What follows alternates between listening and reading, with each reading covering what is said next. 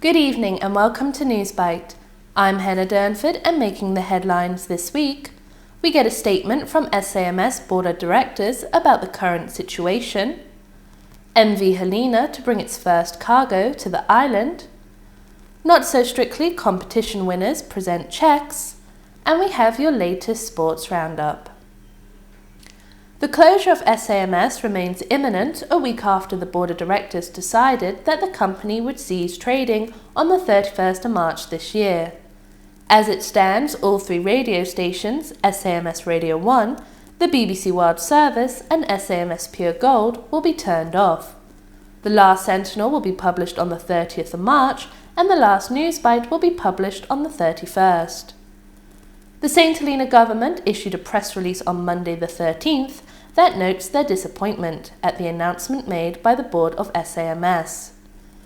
They have also said that they will now consider the options available and will examine the reasons why SAMS feel unable to trade beyond the end of the current financial year.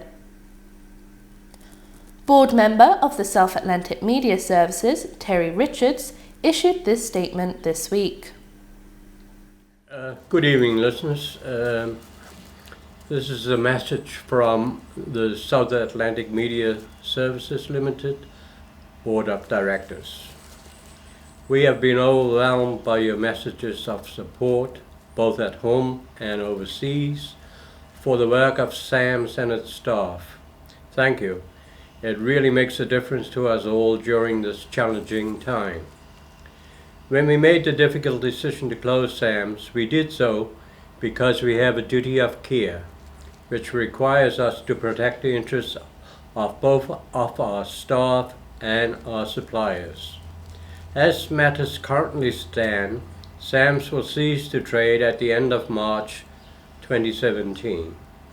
However, all possible steps are being taken by the board to avoid such action.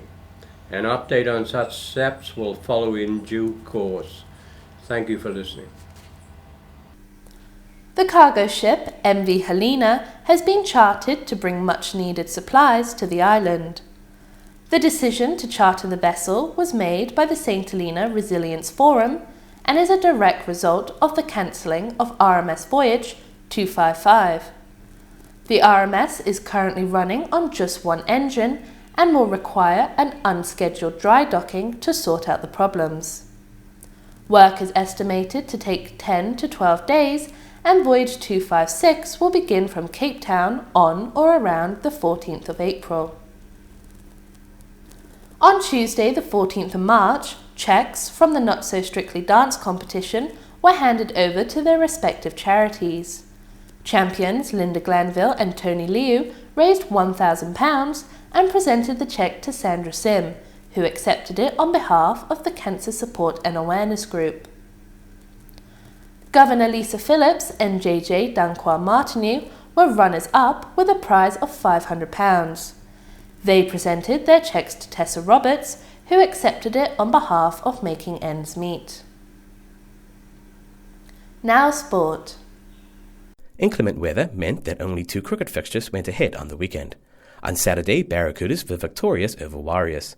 Geordie Henry struck 92 to help Warriors post an impressive total of 161 for 5. However, Barracudas were able to chase down the score. Andrew Yawn's 51 was the highest score by a Barracudas batsman. On Sunday, Mustangs were defeated by Rebels. Philip Stroud's unbeaten innings of 76 helped Mustangs to post 144 for 5. But Russ Henry continued on his good run of form and struck an unbeaten 73 during the run chase. Dalroy Leo also enjoyed a welcome return to form and struck 53.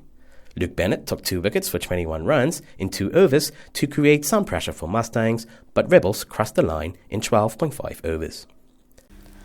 Well, that's it for this week's Newsbite, but remember you can catch up with all the latest news on SAMS Radio 1 and in the Sentinel. I'm Hannah Danford and thank you for watching.